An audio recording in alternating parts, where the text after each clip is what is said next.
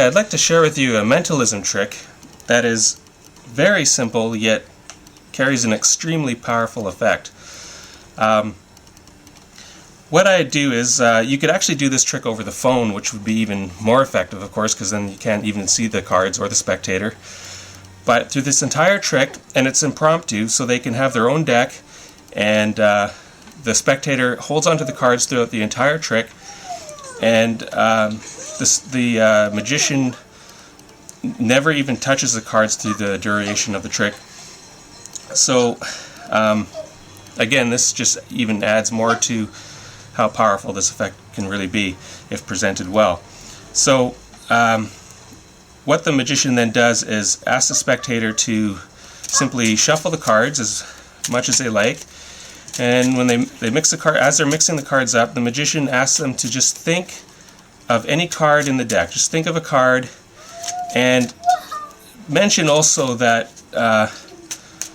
they think of a very random card that might be hard to decipher, like not a typical psychological card like the Ace of Spades or the Queen of Hearts, but think of a card that's very random. So let's say in this case they think of the Three of Clubs. So the magician then proceeds to tell them to hold the deck face up in their hand and to deal the cards face up on the table in front of them, and as they deal the cards face up, to call out each card. Now, if they see their card as they're calling out, don't change the tone of their voice. Just keep dealing the cards and calling out the cards as normal, and the magician will hopefully be able to detect their thought of card just by the sound of their voice. So the spectator proceeds calling out the cards, seven, like as an example here, Seven of Hearts, Four of Spades, King of Spades, Ten of Clubs, and of course they're thinking of the Three of Clubs. So they keep going, Ace of Clubs, Jack of Hearts, Ten of Hearts, Two of Spades, Six of Clubs, Queen of Spades, Jack of Diamonds, Nine of Diamonds, Seven of Spades, Queen of Hearts, Seven of Diamonds, Three of Clubs, their thought of card, of course, Nine of Spades, and they keep going as normal, Three of Diamonds, Two of Diamonds, Nine of Clubs, Five of Spades, Five of Diamonds, Eight of Diamonds, King of Clubs. Then the magician interrupts them about here and says, now hold on a minute, I believe we've passed your thought of card. And then the magician asks if their card is a black card, and of course the spectator replies with a yes. And the magician then asks, is their card a club? And of course the spectator answers yes. And then the magician reveals the card to be the Three of Clubs. And of course the spectator's jaw should be dropping by now, because again, the magician never even looked at the spectator or the cards, never even once handled the cards. This could be done, like I say, over the telephone, and they reveal their thought of card that easily. Now, amazing? Sound impossible? Well, there is one little thing I left out that I will reveal to you now, and I couldn't show this in the effect because this would give it away, but it would only give it away when you're talking about it in a tutorial, whereas if you're actually presenting this trick, the spectator shouldn't suspect anything. What happens is you set up a key card to find the thought of card, and how this happens is you get the spectator to, again, you ask them to think of a card as they're shuffling the cards, and then have them just mention to hold the deck face down in their hand, and then explain again to them that you want them to deal the cards face up on the table and call out the cards, and you're going to try to listen to their voice to detect their card, and remind them to, even if the magician doesn't say anything and you pass your thought of card, just to keep going and keep the same tone of voice so that there's no suspicion of what their card could be. So anyway, so the spectator proceeds to call out the cards. He calls out, in this case, the Queen of Spades, the Jack of Diamonds, the Nine of Diamonds, and then the magician immediately stops him and says, oh, one moment, are you holding the deck face down or face up in your hand? And of course the spectator is going to say, oh, it's face down, and then the magician says, oh, okay, actually I want to turn it face up, so just pick up the cards that you just dealt and place them back on top of the deck. So the magician has noted, because they've obviously called out the Queen of Spades as the first card they dealt, the magician remembers this card. This is the key card.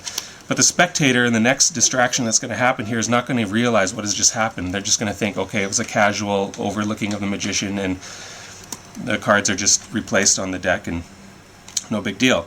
So the spectator is then asked to turn the deck over and hold them face up. Now, the magician then asks, okay, I just want to do, before you proceed to deal the cards out and call them out, I just want to do a little test to make sure I get a clear enough connection with your mentally selected card. So then he asks the spectator to just fan through the cards and look for their thought of card. And the magician says, I just want to make sure this is right, but I think I feel your thought of card is sitting between two red cards.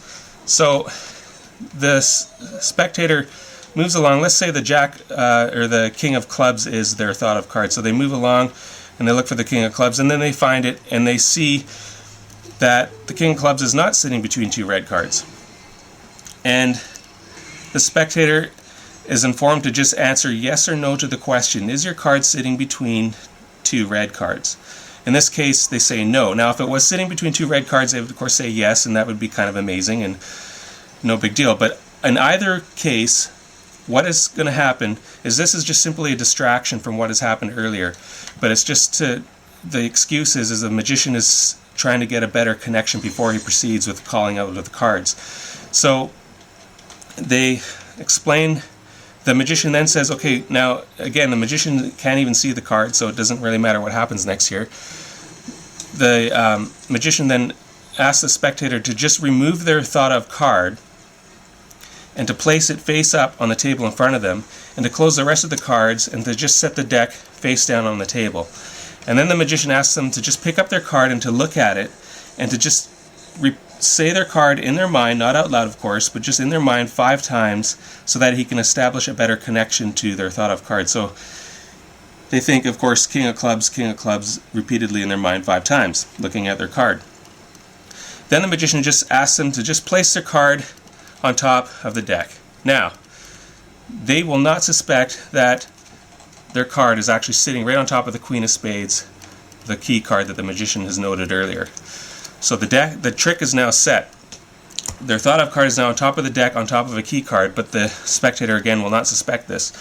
Then the magician asks the spectator to just cut the deck anywhere and to simply bury their card with the remaining cards on top, so that there's no way of knowing where their mentally chosen card is in the deck.